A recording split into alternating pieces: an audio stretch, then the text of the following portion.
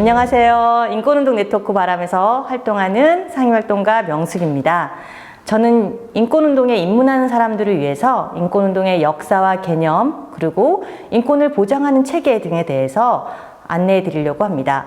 총 5강으로 할 텐데요. 첫 강에서는 인권의 역사와 개념, 그리고 2강에서는 현대 국제사회에서의 인권선언이라고 하는 세계인권선언의 구성과 세계인권보장체계, 그리고 3강에서는 국제인권담론에서는 보통 사회권, 자유권 이렇게 얘기하는데요. 그 중에서 사회권은 어떻게 구성되어 있고 한국에서 사회권의 현실은 어떤가, 그걸 안내할 거고요. 4강에서는 사회적 소수자의 권리라고 하는 것은 무엇인가, 어떻게 발생했고 어떻게 옹호할 것인가에 대한 얘기를 하고자 합니다.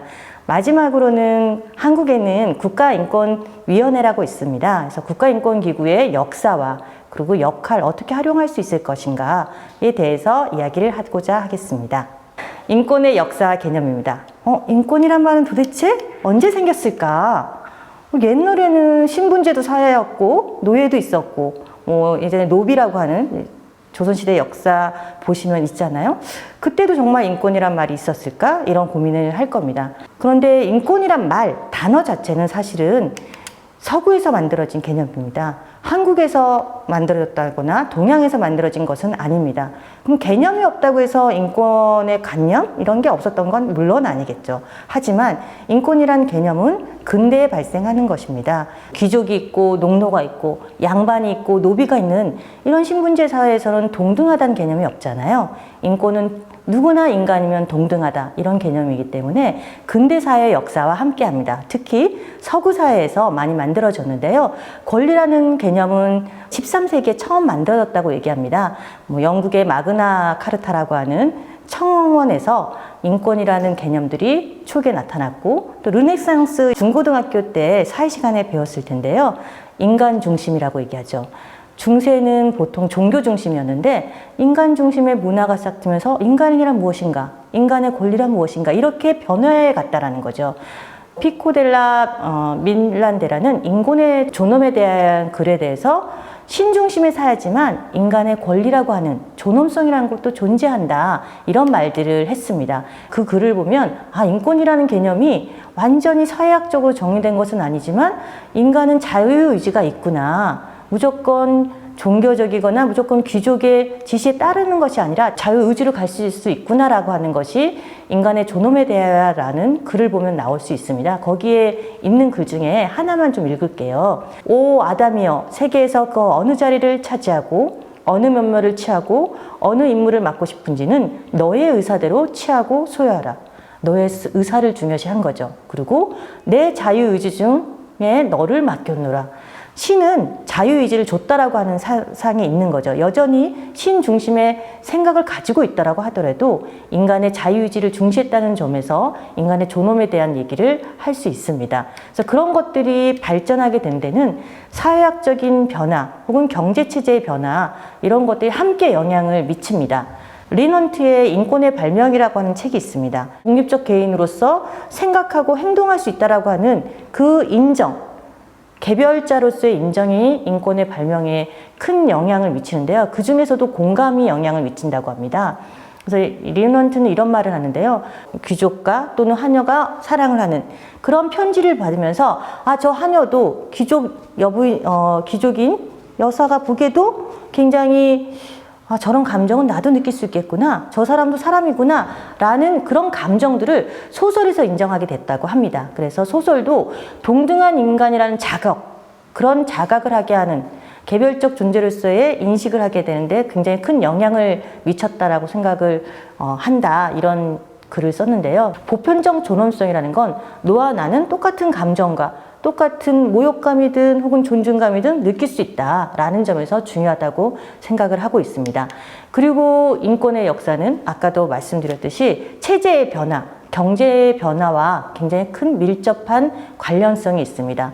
프랑스 혁명을 근대 인권의 가장 중요한 계기로 삼는 이유는 농민들, 노동자들, 그리고 부르주아지라고 얘기하는 자본가들이, 제3신분들이 귀족과 성직자들의 행포에 맞서서 싸운 것이 혁명의 과정이었습니다.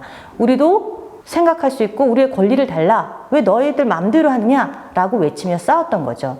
그런 경제체제와 정치체제의 변화 속에서 사실은 인권이 실현되었다고 보면 됩니다. 그런 절대 왕정에 대한 저항, 이것이 바로 인권의 역사에서 가장 중요한 것이고요. 그래서 뭐 여러분 절대왕정 그러면 루이 14세의 짐이 곧 국가다. 그러니까 내가 곧 국가다. 그러니까 얼마나 권한이 많은 거예요. 열심히 일했던 노동자들이나 농민들은 가난하게 살고 빈곤하게 살고 왜 내가 이렇게 노력했는데 저 사람들은 저렇게 향락만 즐기고 있고 이런 부당하다 이런 관념들이 생기고 혁명을 가리킨 거죠.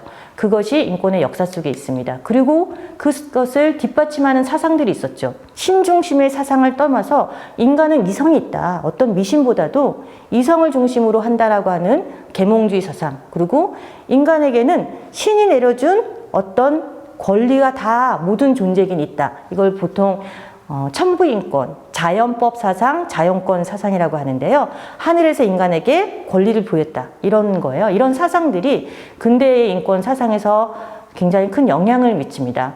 예를 들면 뭐 존 로크는 재산권을 보유한다. 일단 볼테르는 표현의 자유를 줘야 된다. 뭐 루소는 불평등을 만드는 것, 이것들은 국가가 잘못했기 때문이다. 그 국민들은 국가와 계약을 하는 거고 국가의 역할은 자유와 평등을 보장하는 거다. 이런 식의 사상들이 생겨났던 것입니다. 그리고 이 사상만 있었던 것이 아니라 운동이 있었던 거죠. 아까 말씀드렸던 혁명. 그리고 그 혁명의 과정에서 수많은 인권선언이 만들어집니다. 1789년 선언을 근대 인권 사상에서 굉장히 중요하게 봅니다. 근데 그 선언 제목을 보시면 인간과 시민의 권리 선언이라고 얘기해요. 나중에 더 심화 공부를 하시면 좋을 텐데 인간의 권리가 따로 있고 시민의 권리가 따로 있어요. 따라서 2강에서 배울 세계인권선언과는 다릅니다. 인간이지만 시민권은 없는 사람들이 있다는 거예요. 시민권의 대표적인 것은 뭐냐? 투표권이죠. 참정권이죠. 정치에 참여하는 권리인데요. 정치에 참여할 수 있는 시민권을 준 사람들은 백인들, 남성, 그리고 재산 있는 사람이었습니다. 1789년 인권선언에서 한계는 있지만 굉장히 중요한 권리선언들을 많이 합니다. 예를 들면 1조에서 그렇게 얘기합니다. 사람들은 자유롭게 권리에 있어서 평등하게 태어났다. 자유와 평등이 들어가 있습니다. 그리고 2조에서는 모든 사람은 정치적 결사의 자유가 있다. 그러니까 모두가 모여서 자신의 목적을 이루기 위해서 목소리를 낼 수 있다는 거죠. 그것을 통해서 단체나 개인들은 본질적으로 모든 주권은 국민에게 있다. 라고 하는 말을 했다는 점에서 인권선언이 중요한데요. 이런 프랑스 인권선언에서 주요한 세 개의 개념은 현재까지 이어지고 있습니다. 앞서 말했던 1조와 2조의 자유와 평등, 그리고 2조에 또 나와 있는 우애라고 얘기하는데요. 요즘은 연대라고 합니다. 인권은 개인이 혼자서 만들어내갈 수가 없습니다. 유지할 수도 없습니다. 그래서 우애라고 표현한 연대, 이 세 가지 개념이 프랑스 인권선언에 있습니다. 그래서 프랑스 인권선언을 근대 인권선언에서 주요한 것으로 바라보는 이유도 이 때문입니다. 그런데 프랑스 인권선언은 모두에게 권리를 주지 않았어요. 여성은 안 되고요. 재산이 없으면 안 돼요. 그래서 이 얘기는 인권의 역사에서 굉장히 중요합니다. 누가 인간인가? 누가 권리를 가진 인간인가? 인권의 역사는 그런 권리를 가진 인간을 확장해온 역사입니다. 여성들의 참정권, 노예의 참정권, 흑인들의 참정권 이런 것들이 생긴 거죠. 그리고 보편적인 선언이라고 했지만 사실 보편적인 게 아니었던 거예요. 1791년에 올랭푸드 구즈라고 하는 여성운동가가 여성인권 선언을 해요. 그러니까 1789년 선언에 여성들의 권리를 안 줬기 때문에 똑같이 일종의 패러디한 선언을 하는데요. 여성은 단두대에 오를 권리를 가졌으니까 당연히 연단에 오를 권리도 가졌다. 이 말로 요약해서 되게 유명한 선언인데요. 프랑스 혁명 당시 루이 16세와 마리 앙뚜아네트가 다 어떻게 돼요? 단두대에서 처형당했잖아요. 그런데 왜 처형당할 땐 다 똑같은데 여성들한테는 말할 권리를 왜 안 주냐? 혁명계 혁명가들도 여성들이 같이 혁명운동했지만 연단을 못 쓰게 했어요. 로베스피에르도 그렇게 했죠.